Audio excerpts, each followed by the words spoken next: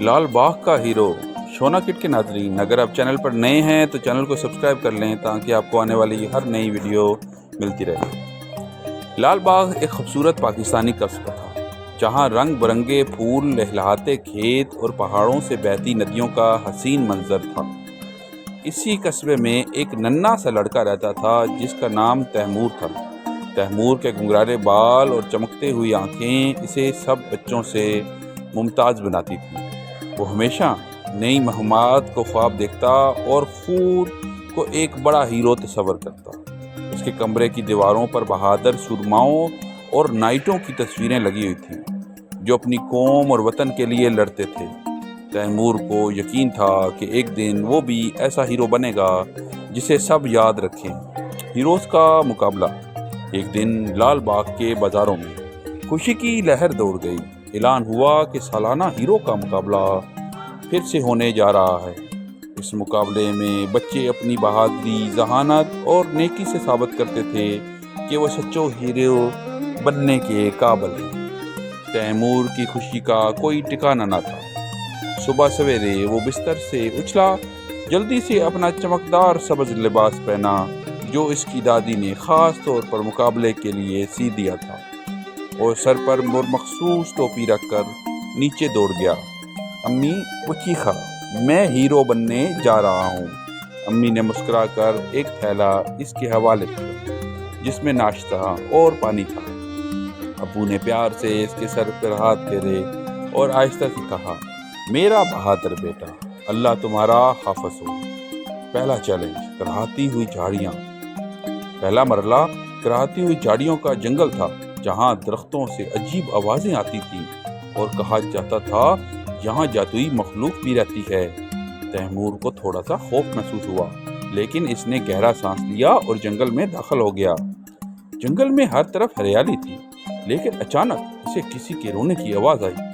جھاڑیوں میں ایک چھوٹا سا چاندی کا لومڑی کا بچہ کانٹوں میں پھنس گیا تھا۔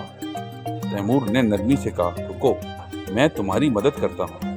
اس نے آہستہ آہستہ کانٹے ہٹائے اور لومڑی کو آزاد کر دیا۔ لومڑی نے اپنی دم ہلا کر شکریہ ادا کیا۔ یہ جادوئی پتہ لو، یہ تمہیں راستہ دکھائے گا جب تم بھٹک جاؤ۔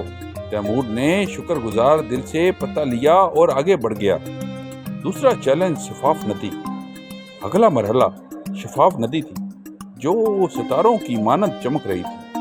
مقابلے کا دوسرا مرحلہ تھا کہ لکڑیوں اور پتھریوں سے ایک پل بنانا تھا تاکہ دوسری طرف پہنچا جا سکے۔ تیمور نے کافی کوشش کی، لیکن پل مضبوط نہیں بن رہا تھا۔ تب اسے لومڑی کا دیا ہوا جادوئی پتہ یاد آیا۔ اس نے اسے ایسے بلند کیا تو ایک روشنی پتے سے نکلی اور لکڑیاں خود بخود صحیح ترتیب میں آ کر جڑ گئیں۔ تیمور خوشی سے دوسری طرف پہنچ گیا۔ تیسرا چیلنج، سائی کی وادی۔ تیسرا اور آخری چیلنج سائی کی وادی تھی جہاں ایک کھویا ہوا تعویذ تلاش کرنا تھا۔ وادی بہت وسیع تھی اور ہر طرف سائے عجیب شکلیں بناتے تھے۔ سورج غروب ہونے لگا اور تیمور کو تھوڑا سا خوف بھی آنے لگا۔ اس نے آنکھیں بند کی، جادوئی پتہ مضبوطی سے تھاما اور آہستہ سے کہا، برائے کرم میری رہنمائی کرو۔ اچانک تعویذ کی چمکدار روشنی زمین سے نکل آئی اور وہ بالکل تیمور کو قدموں کے نیچے تھا۔ واپسی اور خوشی کا جشن۔ تیمور نے خوشی سے تعویذ اٹھایا اور لال باغ واپس روانہ ہو گیا۔ جب وہ قصبے میں پہنچا تو سب لوگ تالیاں بجاتے اور خوشی سے جھومتے ہوئے اس کے استقبال کرنے لگے۔ قصبے کے بزرگوں نے اعلان کیا کہ تیمور اب لال باغ کا ہیرو ہے۔ تیمور نے مسکرا کر کہا، میں نے صرف اپنے نیکی اور ہمت کا ساتھ دیا اور کبھی حوصلہ نہیں ہارا۔ اس دن کے بعد تیمور کو لال باغ کا ہیرو کہا جانے لگا۔